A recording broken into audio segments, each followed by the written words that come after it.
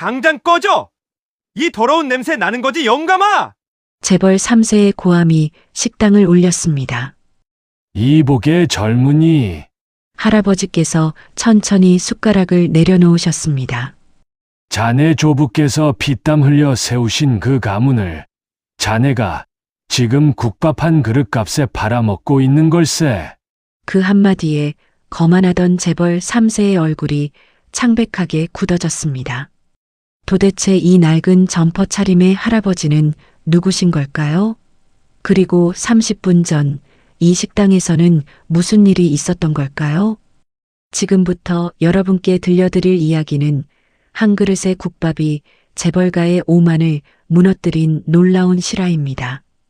30분 전, 사장님, 오늘 국밥 국물 진짜 끝내주네요. 호호, 이 총각. 매일 먹으면서 매일 새롭다고 하니 신기하네. 진짜예요.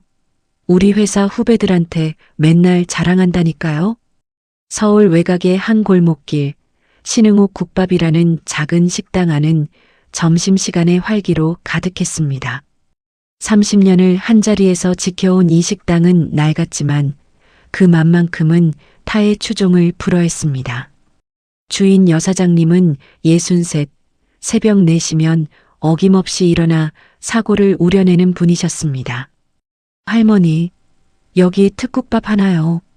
네, 금방 가져다 드릴게요. 사장님, 저희는 내장국밥 둘이요. 알았어요. 조금만 기다리세요. 주방에서 여사장님의 손은 쉴 새 없이 움직였습니다. 뜨거운 국물을 뚝배기에 담고 밥을 말고 파를 썰고 주름진 손등에는 수십 년간 뜨거운 국물을 나르며 생긴 화상 자국들이 희미하게 남아 있었습니다. 자, 여기 특국밥이요. 뜨거우니 조심해서 드세요. 감사합니다. 식당 안 곳곳에서 손님들의 대화가 들려왔습니다. 김 부장님, 요즘 회사 일은 좀 어때요? 아이고, 말도 마세요. 신입들이 요새는 국밥도 안 먹으려고 해요. 샐러드만 찾더라고. 젊은 친구들은 그렇죠, 뭐. 근데 우리 나이 되면 이런 따끈한 국물이 최고죠. 맞아요. 여기 국밥 먹으면 하루가 든든하다니까요. 여사장님은 그런 손님들의 대화를 들으며 흐뭇하게 미소 지으셨습니다. 힘들지만 보람 있는 일이었습니다. 바로 그때였습니다. 조용히 문이 열렸습니다. 어서 오세요. 여사장님이 반사적으로 인사를 했다가 고개를 들어 손님을 확인하곤 환하게 웃으셨습니다. 아, 어르신. 오늘도 오셨네요. 할아버지였습니다. 일은 중반쯤 되어 보이는 분이셨는데 낡은 베이지색 점퍼를 입고 계셨습니다. 소매는 색이 발해 있었고 지퍼도 조금 삐뚤어져 있었습니다. 하지만 꼿꼿한 자세와 차분한 눈빛에서는 범상치 않은 기품이 느껴졌습니다. 할아버지께서 고개를 살짝 끄덕이셨습니다. 오늘도 수고가 많으시구려. 별 말씀을요. 편하게 앉으세요. 늘 앉으시던 자리 비어 있어요. 할아버지는 말없이 식당 가장 구석, 창문 옆 2인용 테이블로 향하셨습니다. 늘 그 자리였습니다. 조용하고 햇살이 잘 드는 그곳. 옆 테이블에 앉아있던 단골 할머니 한 분이 할아버지를 보고 반갑게 인사하셨습니다. 어머, 박 선생님, 오늘도 오셨네요? 오, 강 여사, 오늘도 건강하시구려. 그럼요. 여기 국밥 먹고 건강해졌죠. 박 선생님도 항상 여기 오시잖아요. 그렇지요. 여기 국물 맛이 예사롭지 않으니까. 맞아요. 저는 벌써 20년째 다니는데 맛이 하나도 안 변했어요. 할아버지께서 자리에 앉으시자 여사장님이 물 한 잔을 가져다 드리며 말했습니다. 어르신, 오늘도 특국밥 하나 드릴까요? 그렇게 해주시오. 그리고 김치는 조금만. 네, 알겠습니다. 금방 가져다 드릴게요. 잠시 후 김이 모락모락 나는 특국밥이 할아버지 앞에 놓였습니다. 맛있게 드세요, 어르신. 고맙소. 할아버지께서 숟가락을 들어 국물을 한 모금 떴습니다. 눈을 잠시 감으셨다가 천천히 뜨셨습니다. 역시 오늘도 깊은 맛이구려. 옆 테이블의 강 여사가 웃으며 말했습니다. 그쵸? 사장님이 새벽부터 정성껏 끓이시거든요. 그 정성이 느껴지지요. 할아버지께서 조용히 식사를 이어가셨습니다. 주변은 여전히 손님들의 대화로 시끌벅적했습니다. 이 과장, 오늘 오후에 미팅 있지? 네, 2시에요. 그 전에 여기서 든든하게 먹고 가야죠. 맞아. 여기 먹으면 오후까지 든든해. 사장님, 여기 공기밥 하나만 더 주세요. 네, 금방 가져다 드릴게요. 여사장님의 분주한 목소리가 주방에서 들려왔습니다. 할아버지는 식사 중간에 점퍼 안주머니에서 무언가를 꺼내셨습니다. 낡은 가죽 수첩이었습니다. 가죽은 오랜 세월로 갈라지고 닳아 있었고 모서리는 해져서 실밥이 보였습니다. 할아버지께서 그 수첩을 테이블 위에 조심스럽게 올려놓으셨습니다. 펼치지는 않으시고 그냥 옆에 두신 채 다시 국밥을 드셨습니다. 강 여사가 호기심 어린 눈으로 물었습니다. 박 선생님, 그 수첩 참 오래되어 보이네요. 허허, 오래되었지요. 50년도 더 되었으니. 어머, 그렇게 오래요? 뭐가 적혀 있어요? 할아버지께서 잠시 수첩을 바라보시다가 조용히 대답하셨습니다. 옛 약속들이지요. 지켜야 할 것들과 지켜진 것들. 약속이요? 그렇소. 세월이 흘러도 잊지 말아야 할 약속들 말이요. 강 여사는 무슨 뜻인지 정확히는 몰랐지만 왠지 함부로 더 물어서는 안 될 것 같은 기분이 들었습니다. 그렇군요. 귀한 물건이시네요. 귀하다기보다는 무겁지요. 할아버지의 목소리에는 묘한 무게감이 실려 있었습니다. 식당 안은 여전히 평화로웠습니다. 손님들의 웃음소리, 숟가락 부딪히는 소리, 주방에서 들려오는 요란한 소리들, 일상의 소리들이었습니다. 할아버지께서 국밥을 거의 다 비우셨습니다. 그릇 바닥이 보일 정도로 깨끗하게 드셨습니다. 사장님, 오늘도 잘 먹었소이다. 감사합니다, 어르신. 다음에 또 오세요. 할아버지께서 냅킨으로 입가를 닦으시려는 순간이었습니다. 부웅. 갑자기 밖에서 굉음이 터졌습니다. 손님들이 깜짝 놀라 창밖을 쳐다봤습니다. 저게 뭐야? 저 차 좀 봐. 페라리잖아. 우와, 여기 이런 차가 웬일이야? 빨간색 페라리 한 대가 식당 앞에 난폭하게 주차되었습니다. 식당 입구를 완전히 가로막는 위치였습니다. 여사장님의 얼굴이 굳어졌습니다. 저게 뭐야? 저렇게 주차하면 어떡해? 강 여사도 불안한 표정으로 중얼거렸습니다. 저런 비싼 차가 왜 여기에? 할아버지는 여전히 자리에 앉아 계셨습니다. 하지만 수첩을 집어드시는 손의 움직임이 미묘하게 느려졌습니다. 창밖을 향한 그 시선에는 이미 앞으로 벌어질 일을 예견하시는 듯한 차가움이 서려 있었습니다. 사장님, 한 손님이 떨리는 목소리로 말했습니다. 저 차에서 누가 내리고 있어요. 폭풍이 몰려오고 있었습니다. 그리고 할아버지께서는 이미 알고 계셨습니다. 오늘 이 평화로운 식당에 어떤 시련이 찾아올지.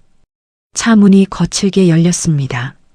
첫 번째로 내린 건 검은 정장을 입은 덩치 큰 남자였습니다. 선글라스를 낀 그는 주변을 경계하듯 둘러보더니 차 뒷문을 공손하게 열어주었습니다. 그리고 나타난 자, 30 초반쯤 되어 보이는 젊은 남자였습니다. 명품 브랜드 로고가 박힌 흰색 셔츠, 목에는 몇 천만 원은 좋게 넘어 보이는 금목걸이, 손목의 시계는 햇빛에 반짝였습니다. 머리는 젤로 번들거리게 넘겼고 얼굴에는 오만함이 가득했습니다. 젠장, 이 좁은 골목이 뭐야? 차 긁으면 어쩌려고. 재벌 3세의 첫마디였습니다. 뒤따라 2명의 젊은 남자가 더 내렸습니다. 비슷한 또래, 비슷한 차림새. 그들의 웃음소리에서는 세상을 우습게 보는 건방짐이 묻어났습니다. 야, 강 회장님 아드님. 여기가 그 유명한 맛집이에요? 맛집? 이딴 데가? 김 대리가 추천했다는 곳이 고작 이따위야? 형님, 그래도 일단 들어가 보시죠. 국밥은 먹어봐야. 닥쳐. 내가 여기 국밥 먹으러 온 줄 아냐? 재벌 3세가 비웃으며 식당 문을 발로 차듯이 열었습니다. 쾅! 문이 벽에 부딪히는 요란한 소리가 났습니다. 식당 안에 손님들이 일제히 고개를 돌렸습니다. 어서 오세요. 여사장님이 당황한 표정으로 인사했습니다. 하지만 재벌 3세는 대꾸도 없이 식당 안을 둘러봤습니다. 코를 찌푸렸습니다. 뭐야 이 냄새. 기름 쪘네 장난 아닌데? 손님, 저희는 국밥집이라. 시끄러워. 재벌 3세가 손을 휘저으며 여사장님의 말을 끊었습니다. 그리곤 식당 안을 쭉 둘러보더니 큰 소리로 말했습니다. 여기 있는 사람들 다들 나가. 식당이 순간 조용해졌습니다.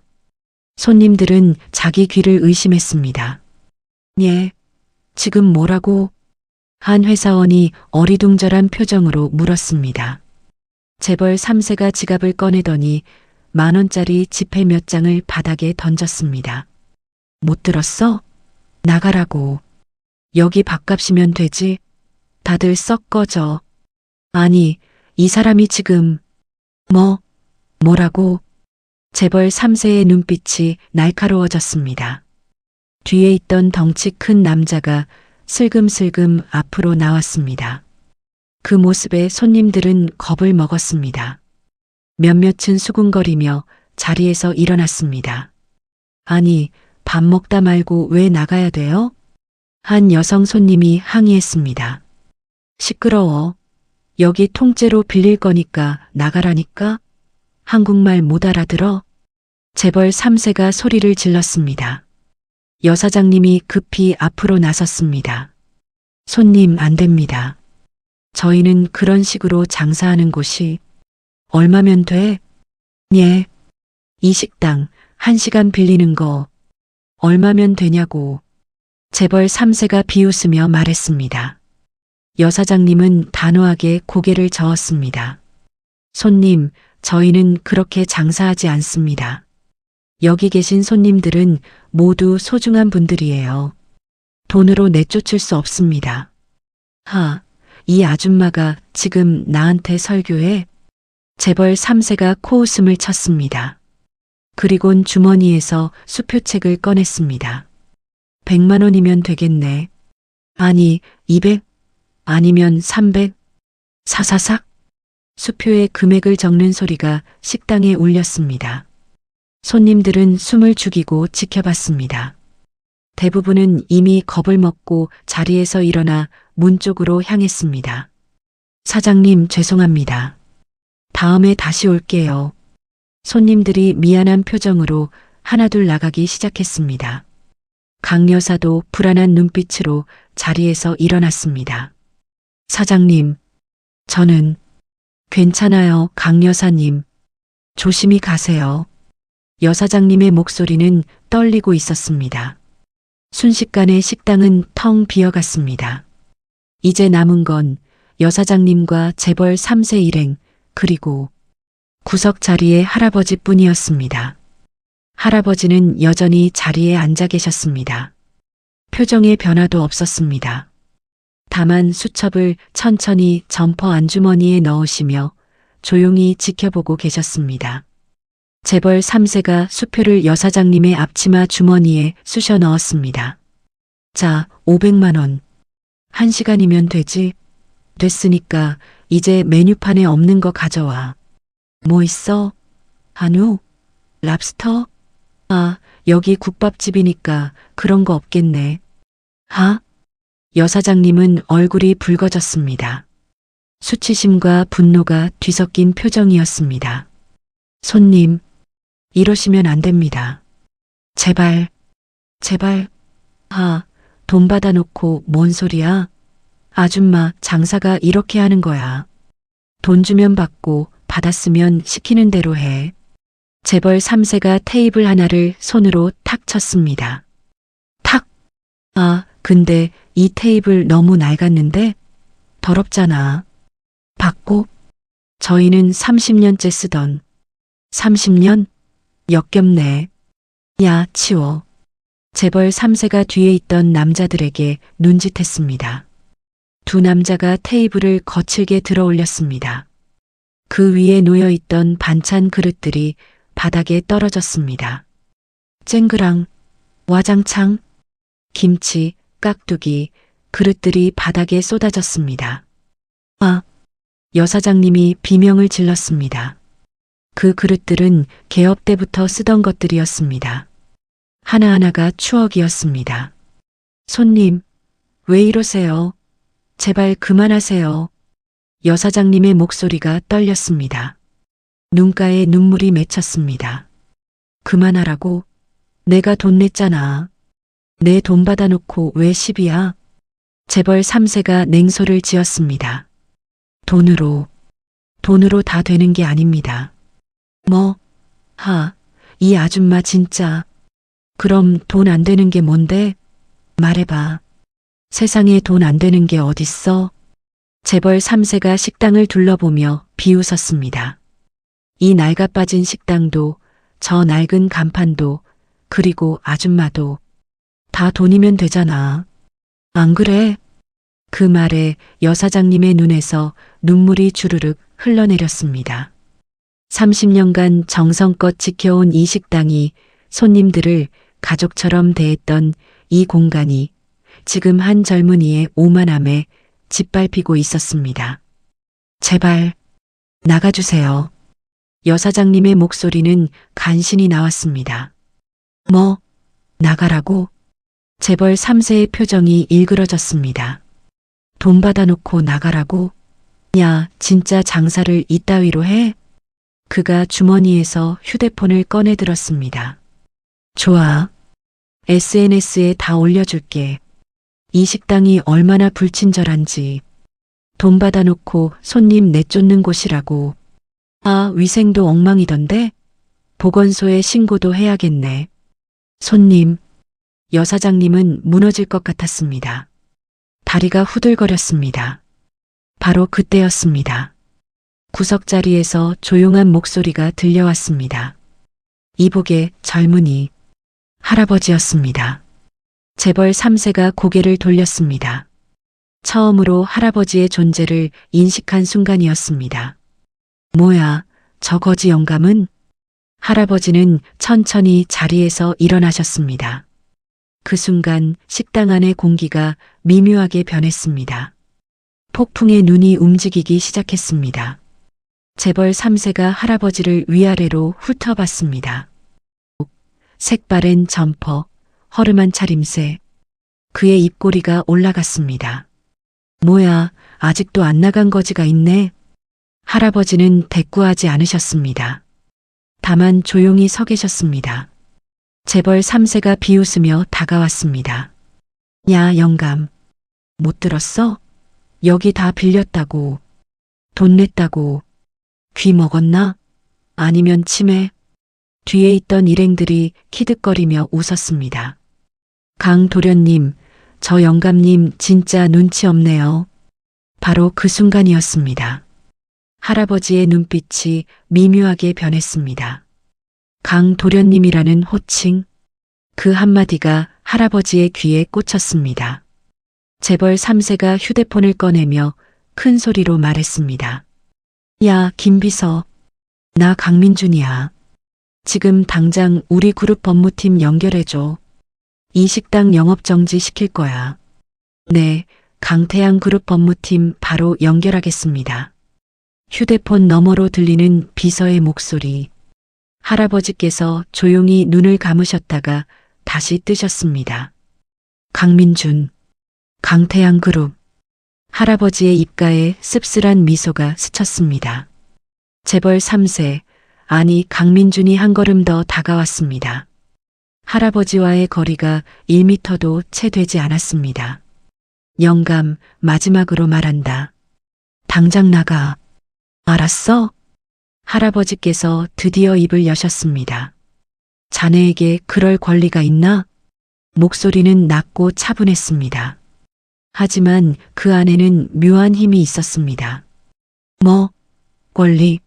하? 강민준이 코웃음을 쳤습니다. 야, 영감.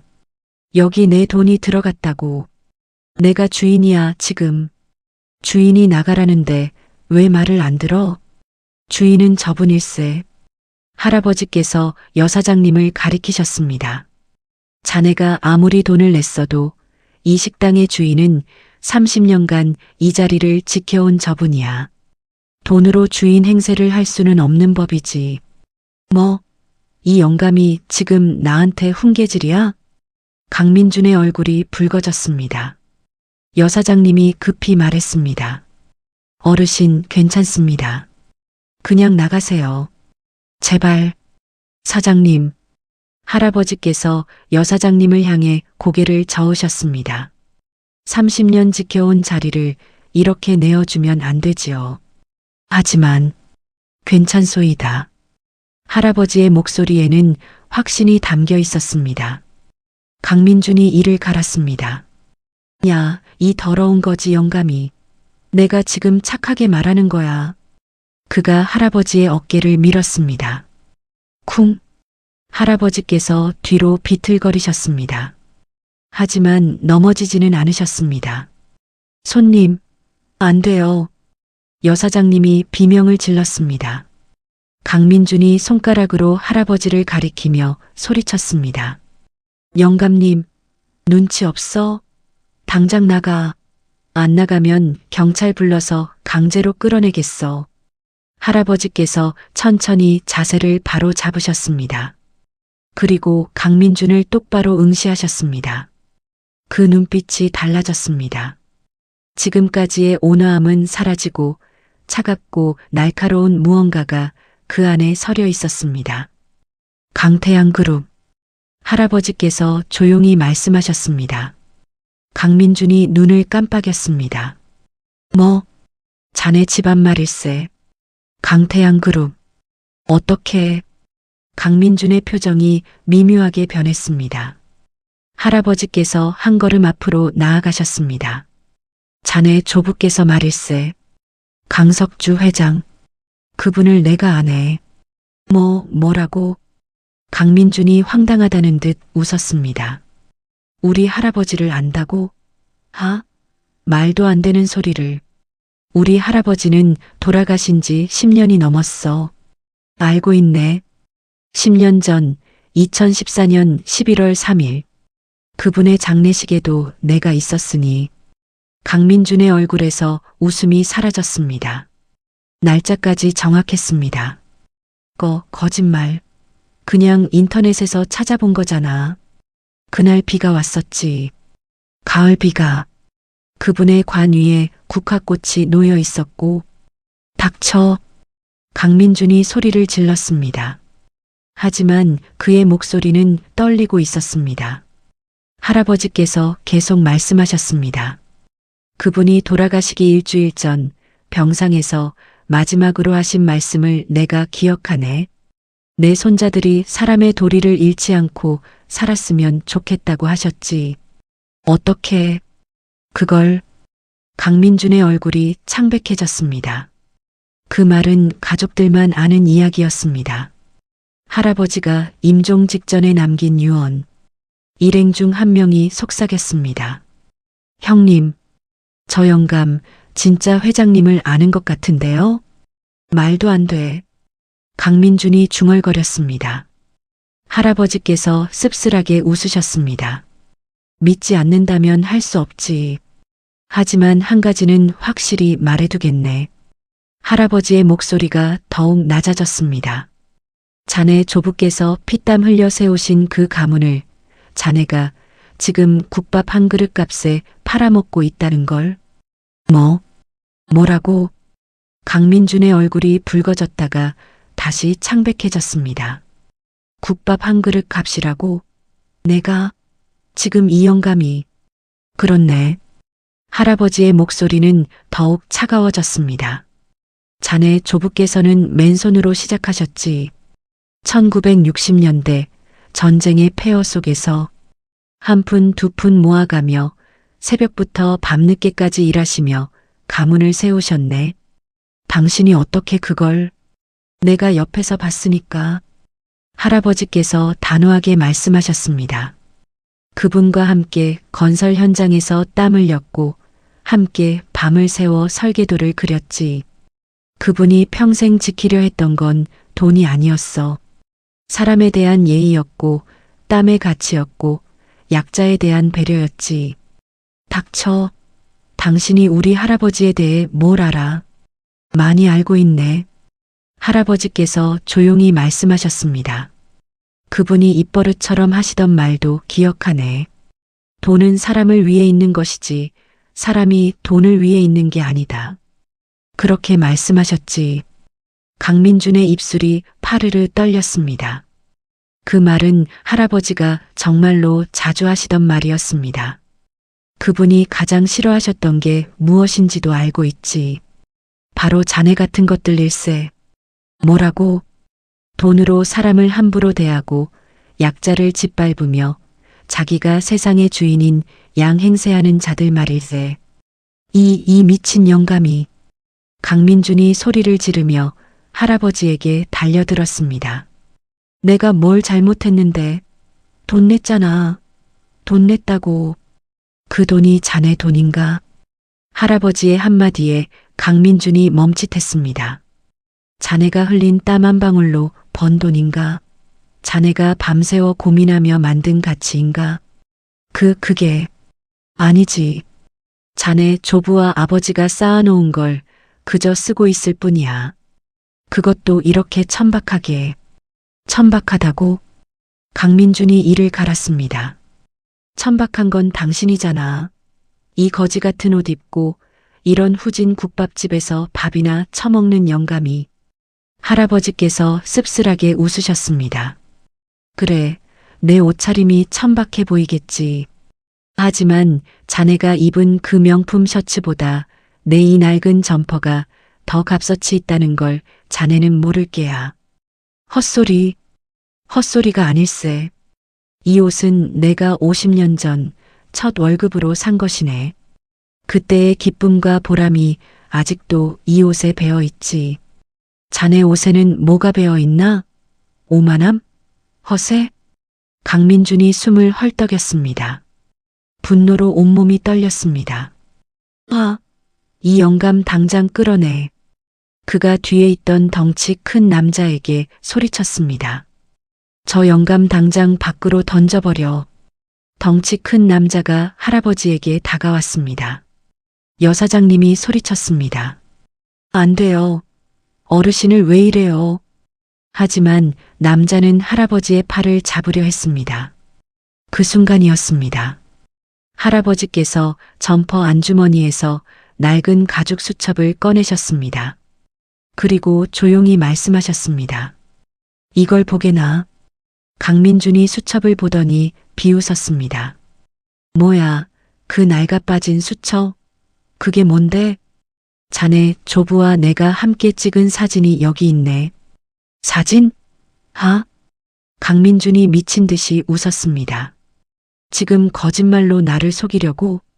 우리 할아버지랑 사진이 있다고? 말도 안 돼. 보여줘. 그가 할아버지에게서 수첩을 낚아채려 했습니다. 어디 얼마나 그럴싸하게 조작했는지. 할아버지께서 수첩을 피하셨습니다. 조급하게 굴지 말게. 당장 보여달라고. 강민준이 완전히 이성을 잃었습니다. 그는 할아버지에게 달려들어 수첩을 빼앗으려 했습니다. 실랑이 끝에 수첩이 바닥으로 떨어졌습니다. 탁! 수첩이 열리면서 안에 끼워져 있던 무언가가 바닥으로 흩어졌습니다. 낡은 흑백 사진 한 장이었습니다. 강민준이 그 사진을 집어들었습니다. 그리고 그의 얼굴이 천천히 굳어지기 시작했습니다.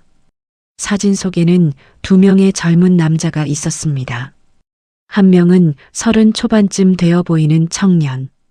흑투성이 작업복을 입고 있었지만 눈빛만큼은 강렬했습니다. 그리고 그 옆에 어깨동무를 한 또 다른 청년. 강민준의 손이 떨렸습니다. 이건 사진 속 한 명은 분명했습니다. 젊은 시절의 할아버지 강석주 회장이었습니다.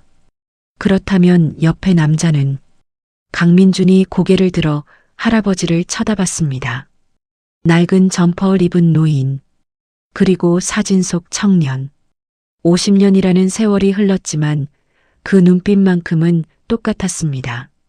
설마, 진짜?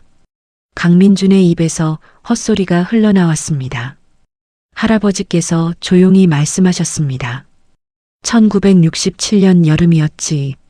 서울 외곽 건설 현장.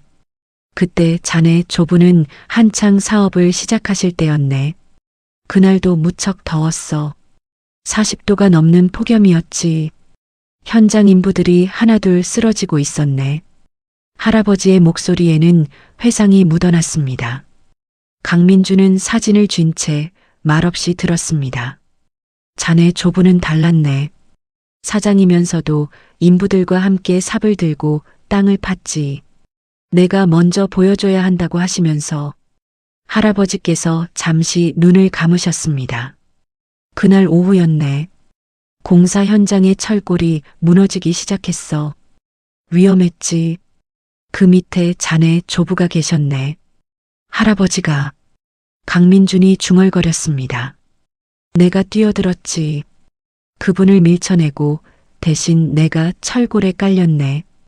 다행히 큰 부상은 아니었지만 할아버지께서 오른쪽 어깨를 살짝 만지셨습니다. 지금도 비 오는 날이면 이 어깨가 쑤시는구먼. 여사장님이 놀란 표정으로 입을 가렸습니다. 어르신, 그런 일이. 강민준의 일행들도 숨을 죽였습니다. 할아버지께서 계속 말씀하셨습니다. 그날 밤 병원 침대에서 자네 조부께서 내 손을 잡으셨지. 형님 목숨을 구해주셨습니다. 평생 이 은혜를 잊지 않겠습니다라고 하시더군. 형님이라고? 강민준이 되물었습니다. 그렇네. 나이로는 내가 3살 위였으니까. 그분은 그날부터 나를 형님이라 불렀지. 할아버지의 목소리에 그리움이 묻어났습니다. 하지만 더 큰 일은 그 후에 있었네. 더 큰 일이요? 강민준이 물었습니다. 이제 그의 목소리에는 비웃음이 사라지고 있었습니다. 1972년이었지.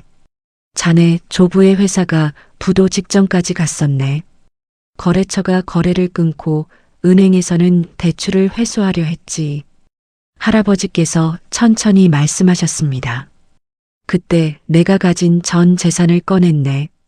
많지는 않았지만 그래도 5년간 모은 돈이었으니까 그걸 자네 조부께 드렸지. 전 재산을. 강민준의 목소리가 떨렸습니다. 그분은 받지 않으려 하셨네. 형님, 이건 형님의 전부잖습니까? 어떻게 받을 수 있습니까? 라고 하시면서. 하지만 내가 우겼지.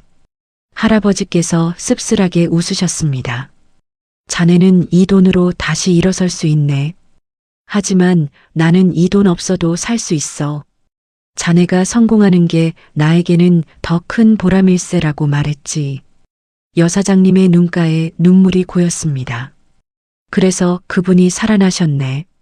강태양 그룹의 시작이 바로 그때였지. 강민준은 사진을 보며 아무 말도 하지 못했습니다. 할아버지께서 조용히 덧붙이셨습니다. 그 후 자네 조부는 여러 번 찾아오셨지. 형님, 이제 저희 회사가 안정되었습니다. 임원 자리라도, 아니 이사 자리라도 드리겠습니다라고 하시면서. 그런데 왜 안 받으셨습니까? 강민준이 물었습니다. 필요 없었으니까.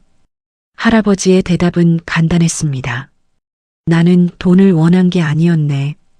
그분의 성공이 내 기쁨이었으니까. 그래서 거절했지. 나는 이대로 살고 싶네. 자네만 잘 되면 그걸로 충분하네라고. 할아버지께서 사진을 가리키셨습니다.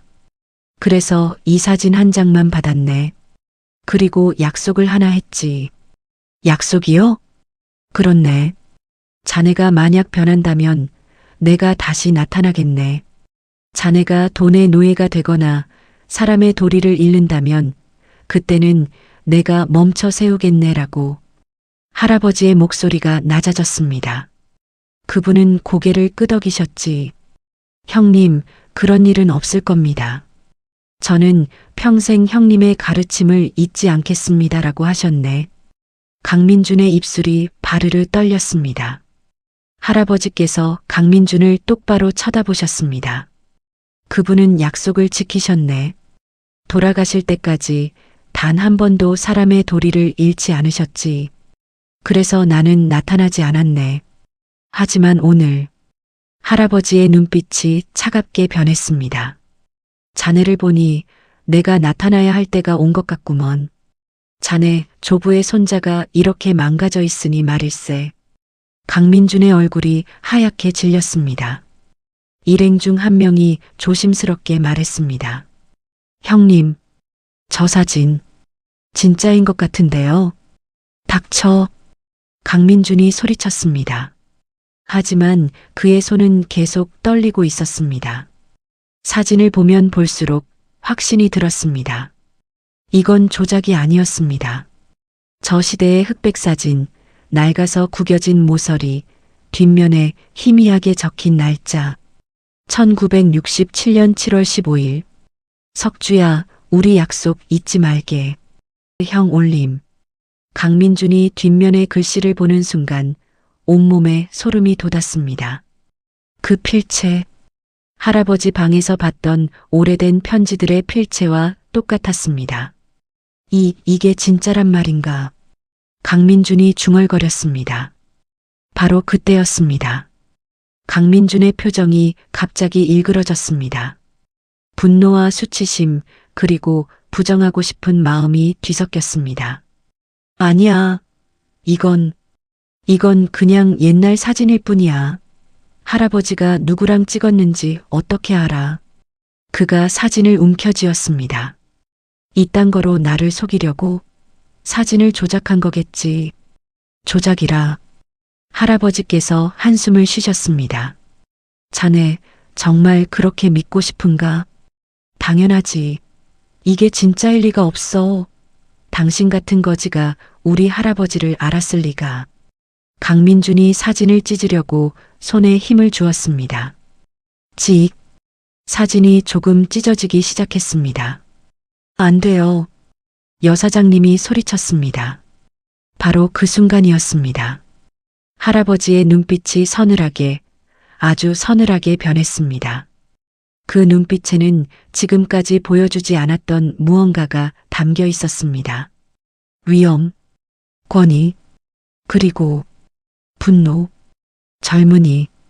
할아버지의 목소리가 얼음장처럼 차가웠습니다. 그 사진을 찢는다면 자네는 돌이킬 수 없는 선을 넘게 될 거야. 강민준이 멈칫했습니다. 할아버지의 그 눈빛에 본능적으로 두려움을 느꼈습니다. 그건 단순한 사진이 아닐세. 자네 조부와 나의 50년 우정이고 약속이고 그분의 정신일세. 할아버지께서 한 걸음 앞으로 나아가셨습니다. 그걸 찢는다는 건 자네 조부를 부정하는 거야. 자네 가문의 뿌리를 스스로 자르는 거지. 난. 강민준의 목소리가 떨렸습니다. 그래도 찍고 싶다면 찍게. 하지만 그 순간 자네는 강석주 회장의 손자가 아니라 그저 돈만 아는 한심한 청년이 될 뿐일세. 할아버지의 말 한마디 한마디가 무겁게 강민준의 가슴을 짓눌렀습니다. 강민준의 손이 떨렸습니다. 사진을 찢어야 할까 말아야 할까? 그의 머릿속이 혼란스러웠습니다. 바로 그때였습니다. 띠리리리링. 강민준의 휴대폰이 울렸습니다. 발신자를 보는 순간 강민준의 얼굴이 더욱 창백해졌습니다. 아버지, 강태양 그룹의 현 총수 강민준의 아버지였습니다. 폭풍이 몰려오고 있었습니다. 강민준의 손이 떨렸습니다. 평소 같으면 받지 않았을 전화였습니다. 아버지는 바쁜 분이었고 강민준에게 전화하는 일은 거의 없었습니다.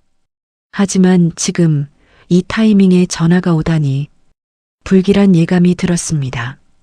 받지 않으면 어떻게 되나 보게 할아버지께서 조용히 말씀하셨습니다. 강민준이 할아버지를 노려봤습니다. 닥쳐요. 당신이랑 상관없어. 하지만 전화는 계속 울렸습니다. 띠리리리링, 띠리리리링. 강민준이 떨리는 손으로 통화 버튼을 눌렀습니다. 아버지, 너 지금 어디 있니? 전화기 너머 아버지의 목소리는 차갑고 낮았습니다. 저는 지금 친구들이랑. 주소 말해. 예. 지금 당장 내가 있는 곳 주소 말하라고. 아버지의 목소리가 높아졌습니다. 강민준은 이런 아버지의 목소리를 처음 들었습니다. 서울시 강북구 신흥욱 국밥집이요. 거기서 누구를 만났어? 아무도. 그냥 국밥집인데. 거짓말하지 마. 화상 전화로 전화네. 예. 화상으로 전화하라고. 아버지의 목소리가 떨렸습니다. 분노가 아니었습니다. 뭔가 다른 감정이었습니다. 두려움? 강민준은 당황하며 화상통화로 전환했습니다. 화면에 아버지의 얼굴이 나타났습니다. 강태양 그룹의 총수 강철민 회장. 평소 냉철하고 카리스마 넘치던 그 얼굴이 지금은 창백하게 질려 있었습니다. 아버지, 왜 그러세요? 무슨 일? 카메라 돌려. 주변을 보여줘. 예. 빨리. 강민준이 떨리는 손으로 카메라를 돌렸습니다. 여사장님이 보였고 엉망이 된 식당이 보였고 그리고 할아버지가 보였습니다. 화면 속 아버지의 입에서 신음 같은 소리가 터져 나왔습니다. 아버지? 그분이. 아버지의 목소리가 떨렸습니다. 강민준은 이해할 수 없었습니다. 도대체 무슨 일이 일어나고 있는 건지. 화면 속 아버지가 갑자기 자리에서 벌떡 일어났습니다. 민준아. 예. 당장 그분 앞에 무릎 꿇어. 뭐라고요? 강민준이 귀를 의심했습니다. 못 들었나? 당장 그분 발치에 엎드리라고. 아버지의 목소리는 비명에 가까웠습니다. 일행들이 놀라 서로를 쳐다봤습니다. 형님, 회장님이 지금 미친 거 아냐? 강민준도 믿을 수 없다는 표정이었습니다. 아버지, 무슨 말씀을. 이 자식아. 아버지가 소리쳤습니다. 그분이 누신지 모르고 함부로 대했구나. 그분은 할아버지의 은인이시다. 그분이 아니었으면 우리 가문은 진즉에 망했어. 강민준의 머리가 하얗게 변했습니다. 그게 무슨. 사진을 보여드려. 지금 당장. 사진이요? 아버지 서재에 있는 그 흑백 사진. 두 분이 어깨 동무하고 계신 사진 말이다. 강민준의 손에서 사진이 떨어질 뻔했습니다. 이걸 어떻게. 그분이 박인수 선생님이시다. 우리 할아버지가 평생 형님이라 부르시던 그분이시다. 쾅! 강민준의 머릿속에서 뭔가가 무너지는 소리가 들렸습니다. 박인수? 그 이름을 강민준도 들어본 적이 있었습니다. 집안 어른들이 가끔 언급하던 이름. 박인수 선생님, 우리 가문의 은인, 할아버지의 형님. 하지만 만난 적은 없었습니다. 그저 전설 속 인물이라고만 생각했습니다. 아버지, 설마 이분이. 그렇다. 내가 30년 넘게 찾아 헤맨 그분이시다. 아버지의 목소리가 떨렸습니다. 할아버지 돌아가시기 전에 마지막 유언이 뭐였는지 아느냐? 박 형님께 인사드려라. 내가 약속을 지켰다고 전해라였다. 그런데 우리는 그분을 찾지 못했어. 장례식에도 오시지 않았고 연락처도 모르고 할아버지께서 조용히 말씀하셨습니다. 장례식에는 갔었네. 다만 멀리서 지켜봤을 뿐이지. 그 목소리를 듣고 화면 속 아버지가 고개를 숙였습니다. 선생님, 정말 선생님이십니까? 아버지의 눈가에 눈물이 맺혔습니다. 강민주는 그런 아버지를 처음 봤습니다. 철민이 많이 컸구먼. 할아버지께서 부드럽게 말씀하셨습니다. 마지막으로 봤을 때는 20살 청년이었는데 이제 50이 넘었겠구나. 선생님, 죄송합니다. 저희가 선생님을 찾지 못해서. 괜찮네. 내가 일부러 숨어 지냈으니까. 할아버지의 목소리는 여전히 차분했습니다. 하지만 오늘은 나서야 할 것 같더군. 자네 아들이 많이 망가져 있더구먼. 아버지의 얼굴이 붉어졌습니다. 선생님, 민준이가 무슨 짓을. 이 식당에서 행패를 부렸지. 돈으로 사람들을 내쫓고 주인을 모욕하고 나한테도 손찌검을 했네. 뭐라고. 아버지의 목소리가 높아졌습니다. 민준아, 너 지금 당장 선생님께 사죄해. 아버지, 빨리. 강민준의 다리가 후들거렸습니다. 일행들은 이미 겁에 질려 벽에 붙어 있었습니다. 저는 무릎 꿇어. 당장. 아버지의 고함에 강민준의 다리가 꺾였습니다. 쿵. 무릎이 바닥에 닿았습니다. 평생 누구에게도 무릎 꿇어본 적 없는 강민준이었습니다. 돈이면 다 되는 줄 알았고 자신이 세상의 주인인 줄 알았습니다. 하지만 지금 그는 바닥에 무릎을 꿇고 있었습니다. 죄송합니다. 강민준의 목소리가 떨렸습니다. 크게, 제대로 사죄해. 아버지가 소리쳤습니다. 죄송합니다. 제가 잘못했습니다. 강민준이 고개를 숙이며 소리쳤습니다.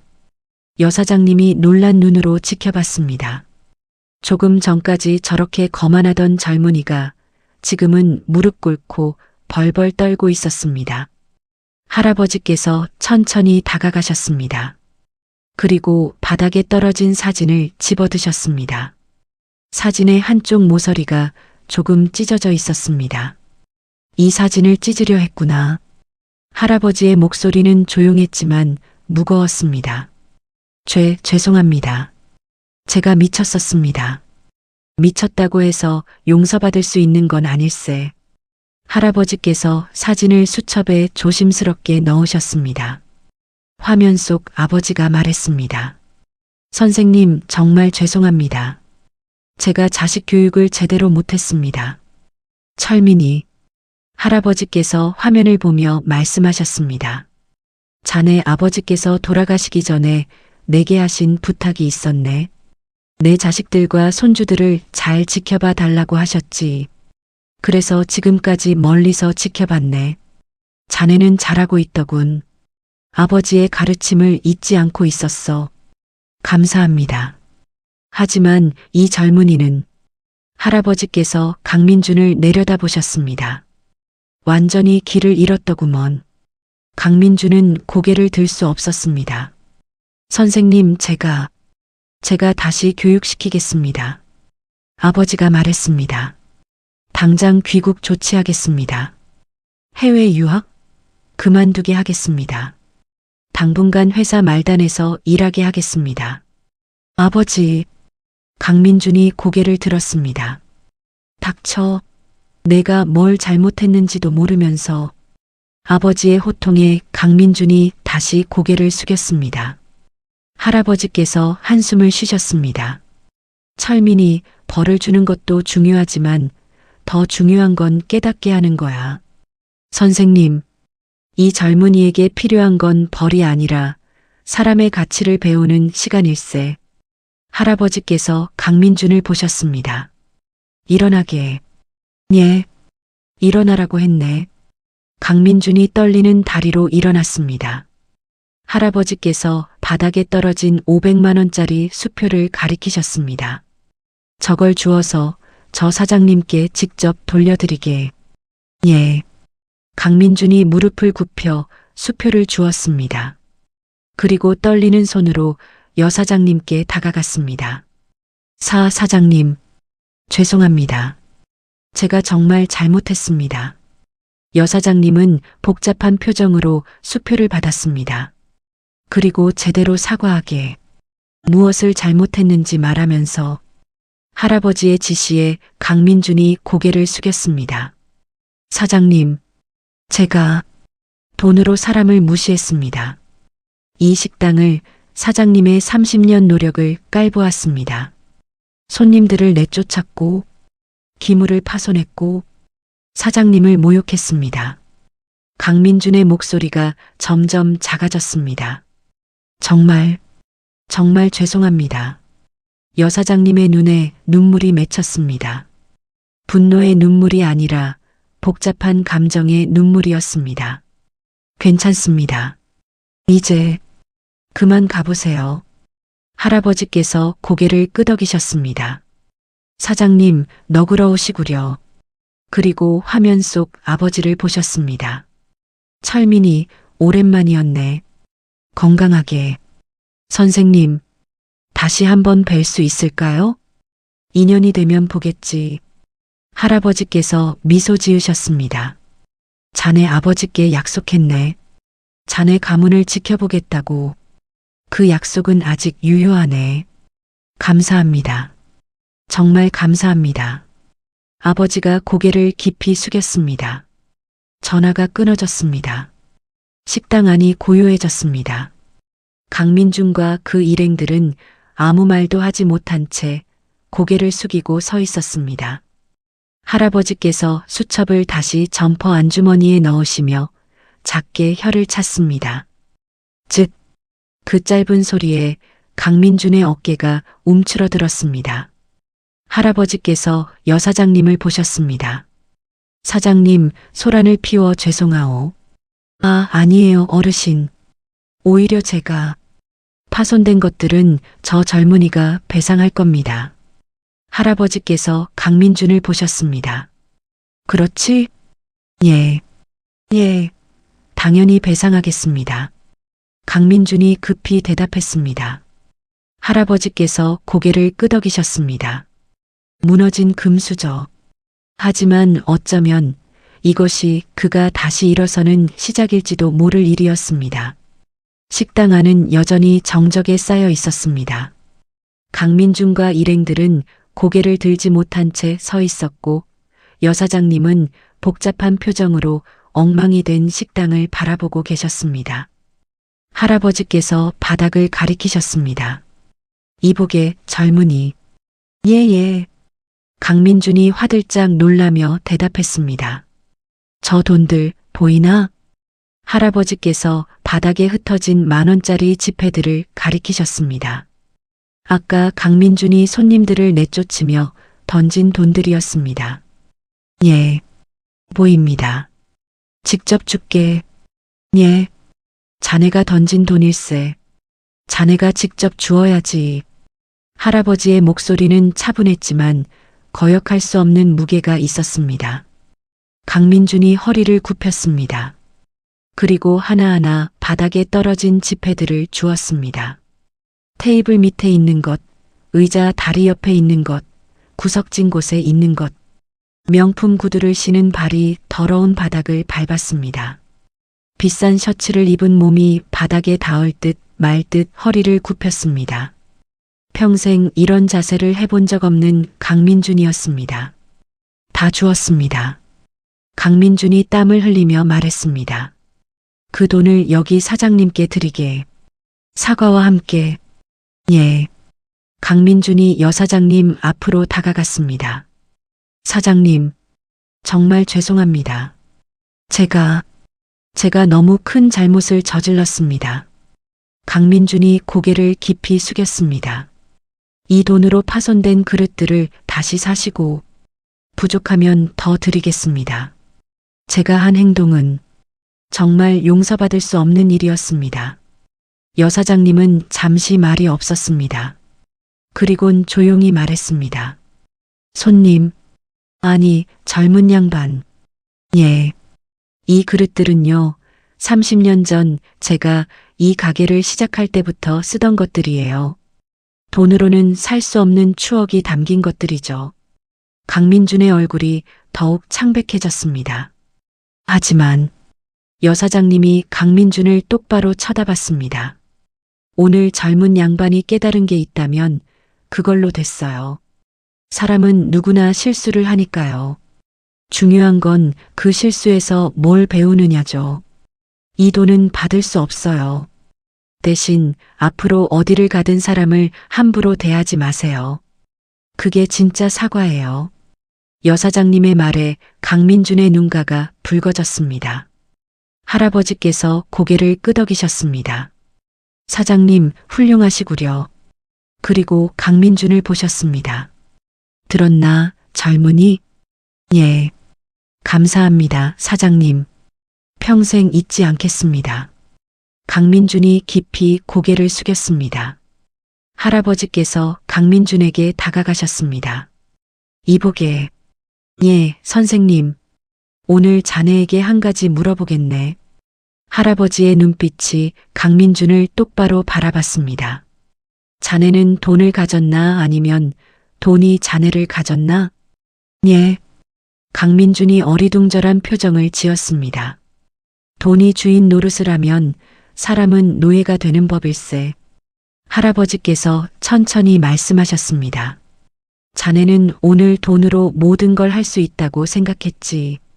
사람을 내쫓고 모욕하고 세상을 마음대로 할 수 있다고 믿었어. 하지만 그건 자네가 돈을 가진 게 아니야. 돈이 자네를 가진 거지. 자네는 돈의 노예였어. 강민준의 입술이 떨렸습니다. 자네 조부께서는 다르셨네. 그분은 돈을 가지셨지만 돈에게 휘둘리지 않으셨어. 돈을 도구로 쓰셨지, 목적으로 삼지 않으셨지. 할아버지께서 점퍼 주머니에서 수첩을 다시 꺼내셨습니다. 이 수첩 안에는 자네 조부와 나눈 약속이 적혀 있네. 그중 하나가 바로 이거였지. 할아버지께서 수첩을 펼쳐 한 페이지를 보여주셨습니다. 희미한 글씨로 이렇게 적혀 있었습니다. 돈은 사람을 위해 존재한다. 사람이 돈을 위해 존재하는 순간 그것은 인생의 패배다. 1972년 5월 20일 강민준이 그 글씨를 보며 입술을 깨물었습니다. 할아버지께서 수첩을 닫으셨습니다. 자네 조부는 이 약속을 평생 지키셨네. 부자가 되셨지만 결코 돈의 노예가 되지 않으셨어. 사람을 먼저 생각하셨지. 그런데 자네는 어떤가? 돈은 있지만 사람은 없더군. 명품은 걸치고 있지만 인품은 없더군. 할아버지의 말 한마디 한마디가 강민준의 가슴을 찔렀습니다. 선생님, 저는 어떻게 해야 합니까? 강민준이 떨리는 목소리로 물었습니다. 할아버지께서 잠시 생각하시다가 말씀하셨습니다. 쉬운 일부터 시작하게. 내일부터 일주일간 이 식당에 와서 설거지를 하게. 예. 자네 손으로 직접 그릇을 닦고 바닥을 닦고 손님들을 맞이하게. 그러면 알게야. 무엇을 알게 됩니까? 땀의 가치를, 노동의 무게를, 그리고 사람을 대하는 법을. 할아버지께서 여사장님을 보셨습니다. 사장님, 괜찮으시겠소? 여사장님이 놀란 표정을 지었습니다. 어르신, 그게 이 젊은이가 배워야 할 게 많습니다. 사장님께서 가르쳐 주시면 좋겠소.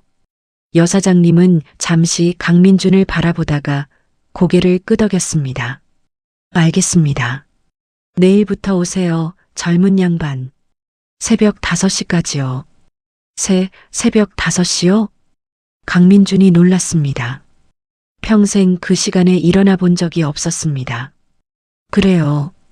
국밥집은 새벽부터 준비해야 하니까요. 할 수 있겠어요? 여사장님의 눈빛이 강민준을 시험했습니다. 강민준은 잠시 망설이다가 고개를 끄덕였습니다. 하겠습니다. 꼭 하겠습니다. 할아버지께서 만족스러운 표정을 지으셨습니다. 좋네. 그럼 일주일 후에 다시 보세.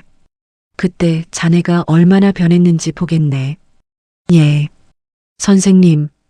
강민준이 고개를 숙였습니다. 할아버지께서 일행들을 보셨습니다. 자네들도 들었겠지? 예. 겁에 질린 일행들이 고개를 끄덕였습니다. 앞으로 친구를 잘 선택하게. 나쁜 길로 가는 친구를 말리는 게 진짜 친구일세. 명심하겠습니다. 할아버지께서 고개를 끄덕이시고 여사장님을 향해 돌아서셨습니다.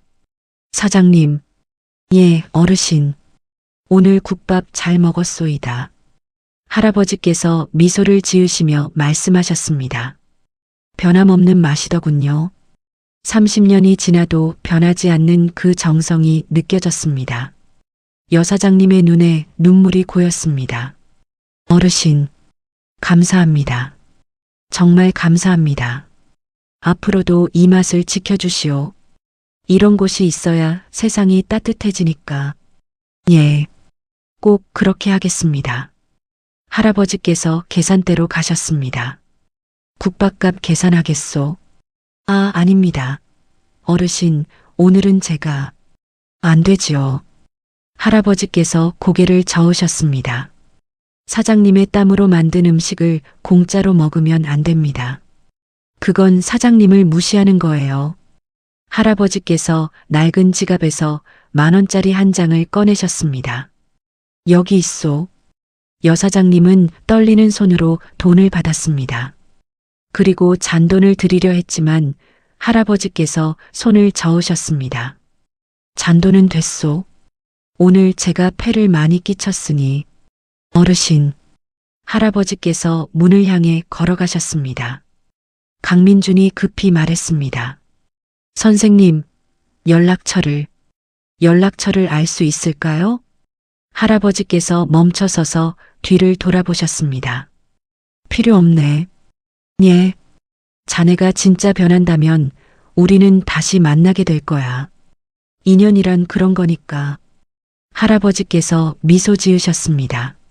하지만 만약 변하지 않는다면 그때는 내가 다시 나타날 게야. 이번에는 더 엄하게 말일세. 아닙니다. 꼭 변하겠습니다. 꼭요. 강민준이 고개를 숙였습니다. 할아버지께서 고개를 끄덕이시고 문을 여셨습니다. 밖에는 노을이 지고 있었습니다. 붉은 하늘, 그리고 골목길에 드리운 긴 그림자. 할아버지께서 그 노을 속으로 걸어가셨습니다. 낡은 점퍼, 느린 걸음걸이. 하지만 그 뒷모습에서는 말로 표현할 수 없는 기품이 느껴졌습니다. 여사장님과 강민준, 그리고 일행들은 말없이 그 뒷모습을 지켜봤습니다. 할아버지께서 골목 모퉁이를 돌아 사라지시기 직전 잠깐 멈춰 서셨습니다. 그리고 하늘을 올려다보셨습니다. 마치 누군가에게 말을 거는 것처럼. 석주야, 자네 손자 이제 바른 길을 찾을 거야. 걱정 말게. 그 작은 목소리는 아무도 듣지 못했습니다. 할아버지께서 다시 걸음을 옮기셨습니다. 그리고 노을 속으로 천천히 사라지셨습니다. 식당 안, 여사장님이 조용히 눈물을 닦았습니다. 강민준은 창밖을 보며 멍하니 서 있었습니다. 그의 머릿속에는 오늘 있었던 일들이 주마등처럼 스쳐 지나갔습니다. 자신의 오만함, 할아버지의 가르침, 아버지의 눈물, 그리고 여사장님의 용서. 형님, 우리 가야 할 것 같은데. 일행 중 한 명이 조심스럽게 말했습니다. 너희는 먼저 가. 강민준이 말했습니다. 형님? 나는 조금 더 있을래. 강민준이 여사장님을 보았습니다. 사장님, 제가 청소 좀 도와드려도 될까요? 여사장님이 놀란 눈으로 강민준을 바라봤습니다. 지금? 예. 제가 망가뜨린 건데 그냥 가면 안 될 것 같아서요. 강민준의 목소리는 진심이었습니다. 여사장님은 잠시 망설이다가 고개를 끄덕였습니다. 그럼 빗자루가 저기 있어요. 감사합니다. 강민준이 빗자루를 들었습니다. 명품 셔츠를 입고 빗자루를 드는 모습. 어색했지만 진지했습니다. 일행들은 서로를 쳐다보다가 조용히 식당을 나갔습니다. 여사장님과 강민준 단둘이 남았습니다. 사장님, 예. 할아버지께서, 아니, 제 증조할아버지의 은인이셨던 그분께서 자주 오셨나요? 글쎄요. 일주일에 한두 번씩은 오셨던 것 같아요. 항상 저렇게 조용하셨나요? 네. 말씀이 별로 없으셨어요. 그냥 조용히 국밥 드시고 가시곤 했죠. 여사장님이 창밖을 보며 말했습니다. 하지만 눈빛이 달랐어요. 뭔가 많은 걸 겪으신 분 같았죠. 깊이가 있달까요? 강민주는 바닥을 쓸며 생각했습니다. 나는 오늘까지 뭘 하고 살았나? 돈은 있었습니다. 명품도 있었습니다. 차도 있었고 친구들도 있었습니다. 하지만 정작 중요한 건 없었습니다. 존경받을 만한 인격도, 땀 흘려번 돈도, 진심으로 대하는 사람도. 나는 텅 비어 있었구나. 강민준의 눈에서 눈물 한 방울이 떨어졌습니다. 바닥에 떨어진 그 눈물은 어쩌면 새로운 시작의 첫걸음이었을지도 모릅니다. 일주일 후 새벽 5시 신흥옥 국밥. 문이 열리고 한 젊은 남자가 들어왔습니다. 강민준이었습니다.